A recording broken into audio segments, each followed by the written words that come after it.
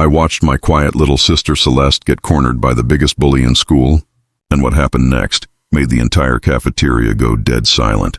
Before we dive in, tell us, where in the world are you watching from? If you enjoy stories like this, make sure to hit that subscribe button, because tomorrow's episode is truly mind-blowing. Let's get started. The scene opens with Zara mid-bite of her sandwich, laughing at something her friend just said, when her eyes drift across the packed cafeteria. Her stomach drops as she spots her 14-year-old sister Celeste standing alone by the vending machines, clutching her art supplies against her chest like armor. But what makes Zara's blood run cold is the massive figure approaching Celeste from behind. Devin Hartwell is impossible to miss. At 6'2" and built like the wrestler he is, he moves through Lincoln High like he owns it, because in many ways, he does. His Letterman jacket stretches tight across shoulders that have pinned dozens of opponents to wrestling mats, and his reputation for making smaller kids disappear into lockers precedes him wherever he goes. Teachers pretend not to see his intimidation tactics. Students scatter when he approaches. And right now, he's locked onto Celeste like a predator who's found the perfect prey. Celeste couldn't be more different from her older sister. Where Zara learned early to stand tall and speak up, Celeste shrinks into oversized hoodies and lets her incredible digital artwork do the talking. She's the freshman who sits alone at lunch, sketching elaborate fantasy worlds in margins of notebooks, completely unaware that her artistic talent surpasses most seniors. She's brilliant, sensitive, and tragically invisible to everyone except the people who matter most and, apparently, the people who want to hurt her. Zara's protective instincts slam into overdrive as she realizes what's about to happen. She spent 3 years watching out for her little sister, walking her to classes, sitting close enough during lunch to intervene if needed, and carefully cultivating a reputation that makes it clear messing with Celeste means dealing with Zara. But today, she's sitting 40 feet away, separated by a sea of lunch tables and backpacks, watching Devin close the distance between himself and her sister. The cafeteria noise fades into background static as Zara watches Devin tap Celeste on the shoulder. Her sister turns around, and even from across the room, Zara can see the exact moment Celeste's face drains of color. The art supplies slip slightly in her grip. Her shoulders hunch forward in that familiar defensive posture that breaks Zara's heart every time she sees it. This isn't just another high school confrontation. This is her baby sister, the girl who still shows Zara every new drawing with shy excitement, about to face the kind of humiliation that destroys freshman year confidence forever. But as Zara starts pushing back from her table, ready to charge across the cafeteria and deal with whatever consequences come from confronting the school's most dangerous bully, something in her sister's posture catches her attention. Instead of the complete collapse she expected, Celeste does something unexpected. She doesn't run. She doesn't cry. She looks up at Devin with an expression Zara has never seen before, and suddenly, Zara realizes she might not know her quiet little sister as well as she thought she did. To understand what happened that day, you need to know who Celeste really is behind all that shyness. My sister is what I call a quiet genius. While other freshmen are figuring out how to navigate high school social politics, Celeste creates digital art that would make professional artists jealous. Her tablet is filled with intricate fantasy worlds, characters with backstories she's never shared with anyone, and landscapes so detailed you feel like you could step right into them. But genius doesn't protect you from teenage cruelty. And Celeste learned that lesson hard when she started at Lincoln High 4 months ago. Our parents work brutal double shifts at Regional Medical Center. Mom's been a nurse there for 12 years. Dad's a radiologic technician, and they're both picking up extra hours to save for Celeste's art school tuition. That means I became Celeste's unofficial guardian the moment she walked through Lincoln's front doors. I've made it my mission to keep her safe without making her feel babied. I walk her to first period every morning, sit close enough during lunch to intervene if needed, and I've had very direct conversations with a few idiots who thought making fun of the weird art girl would be entertaining. Most people leave her alone because they know messing with Celeste means dealing with me, and I've built a reputation for not backing down from anyone. Lincoln High runs on a pretty predictable hierarchy. Athletes rule the school, popular kids control the social scene, smart kids stay invisible, and everyone else fights for whatever scraps of respect they can find. Devin Hartwell sits at the very top of this food chain. He's repeated junior year twice, which makes him bigger and older than most seniors, and his wrestling trophies give him a free pass to intimidate whoever he wants. The worst part is his Uncle Marcus sits on the school board, so teachers pretend not to see when Devin makes smaller kids hand over lunch money or shoves freshmen into lockers. That Tuesday morning had started like any other day. Celeste bounced into the kitchen with more energy than I'd seen from her in months, practically glowing as she showed me her latest creation on her tablet. She'd been working on this fantasy landscape for 3 weeks, complete with floating islands and waterfalls that defied gravity. The detail was incredible, but what really got me excited was how proud she looked showing it off. "I'm thinking about joining the art club," she said quietly, not quite making eye contact but smiling in that shy way that meant she was genuinely excited about something. "Celeste, that's amazing. You should absolutely do that. Mrs. Peterson says they're always looking for digital artists, and they're planning this big showcase for Parents' Night." For the first time since starting high school, my sister was talking about putting herself out there, making friends, being proud of her incredible talent instead of hiding it. I should have realized that when quiet kids finally start finding their confidence, that's exactly when bullies notice them. At lunch, I was telling my friend Amber about Celeste's decision to join art club when she made a comment that stuck with me. "Honestly, I'm surprised anyone even notices quiet kids like your sister. That's exactly what worries me," I replied, not realizing how prophetic those words would turn out to be. The confrontation started so casually that for a split second, I thought maybe Devin was just walking past the vending machines.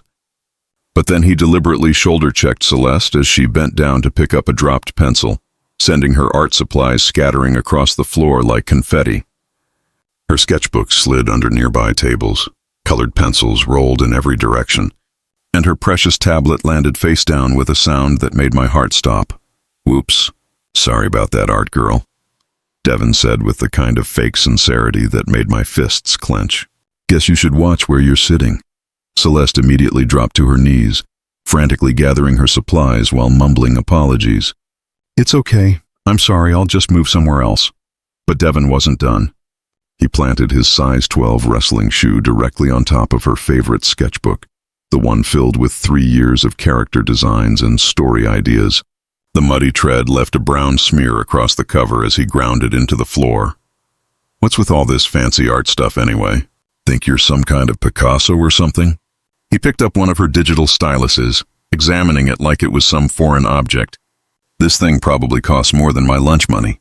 Must be nice having rich parents who buy you expensive toys." "They're not toys," Celeste whispered, still on her hands and knees collecting scattered supplies. "They're professional-grade tools for digital illustration." "Oh, excuse me, professional-grade tools," Devin mocked, his voice carrying across the cafeteria. "Look, everyone, the weird freshman has professional-grade tools." That's when other students started noticing. Conversations died down as heads turned toward the commotion. Some kids pulled out phones, sensing drama. Others just stared with that mixture of fascination and relief that comes from watching someone else become a target. The cafeteria developed that terrible energy that happens right before something really bad goes down. I was already pushing back from my table, calculating how fast I could get across the room, when Devin escalated things beyond just verbal harassment. He reached down and snatched Celeste's tablet, holding it high above his head like a trophy. "Maybe I should check out this professional-grade art," he announced to his growing audience. "See what kind of masterpieces little Miss Antisocial creates in her spare time." "Please don't," Celeste said, finally standing up but still speaking barely above a whisper. "That has 3 years of my work on it." 3 years? Wow, that's dedication to being weird. Devin turned the tablet over in his hands, making a show of examining it. "Tell you what, art girl, apologize for taking up space in my cafeteria, and maybe I'll give this back in one piece." The crowd was growing larger now, forming a loose circle around them. Some kids were definitely recording, and I could hear the low murmur of commentary and nervous laughter that always accompanies these kinds of public humiliations. Devin was in his element, feeding off the attention, completely unaware that he was about to make the biggest mistake of his high school career. What happened next will stay with me forever, because it was the exact moment I realized my quiet little sister had been quietly becoming someone I didn't recognize. Instead of collapsing into tears or begging for her tablet back, Celeste did something that caught everyone completely off guard. She straightened her shoulders, looked Devin directly in the eyes, and spoke in a clear, steady voice that carried across the entire cafeteria. That tablet is recording everything right now. Devin's cocky grin faltered for just a second. What are you talking about? It has a security app that automatically starts recording when it detects sudden movements or voices above a certain decibel level, Celeste continued, her voice gaining confidence with each word. It's been capturing video and audio for the last 4 minutes, and everything gets automatically uploaded to cloud storage in real time. The crowd around them went dead silent. You could literally hear the hum of the vending machines and the distant clatter of lunch trays from across the cafeteria. Devin looked down at the tablet in his hands like it had suddenly turned into a live grenade. You're lying, he said, but his voice had lost that commanding edge. My dad installed the app because my equipment is expensive and the school doesn't cover theft or damage to personal property. Celeste explained with the kind of matter-of-fact tone you'd use to discuss the weather. The recording quality is actually really good. Full HD video with crystal clear audio pickup. It's probably captured every word you've said since you knocked my supplies over. I watched Devin's face cycle through confusion, disbelief, and then the first flickers of genuine panic. He turned the tablet over in his hands, searching for some sign that Celeste was bluffing. But she just stood there waiting patiently for his next move. Even if that's true, I'll just delete whatever's on here, Devin said. But his bravado was cracking. The files upload instantly to our family cloud account, Celeste replied. Deleting them from the device doesn't remove them from the server. Plus, my parents get automatic notifications whenever the security app activates. They probably already have the footage on their phones. That's when Devin made his fatal mistake. He pulled out his own phone to check something, and his face went completely white. The wrestling team's group chat was exploding with notifications. 3 different people had already shared videos of the confrontation that other students had posted to social media. The incident was spreading through Lincoln High's digital ecosystem faster than Devin could process. Make them delete the videos, he demanded, his voice starting to crack with desperation. I can't control what other people do with their phones, Celeste said simply. That's how the internet works.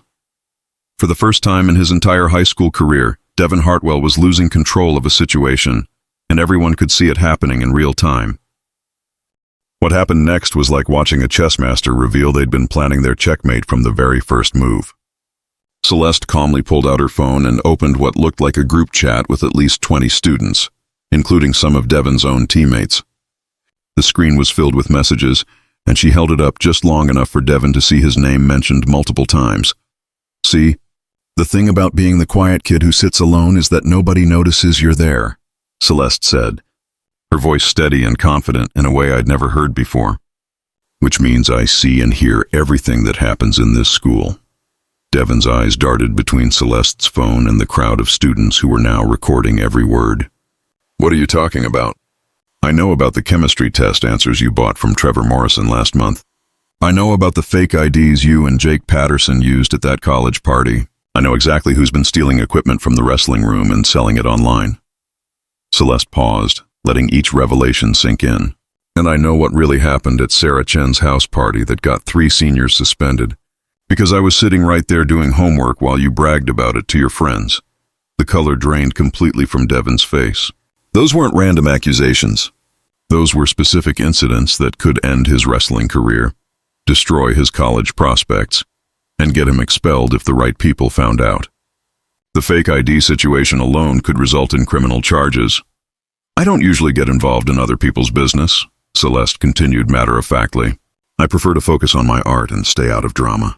But if you want to make my business your business, then maybe it's time everyone learned about your business. You can't prove any of that, Devin said. But his voice was shaking now.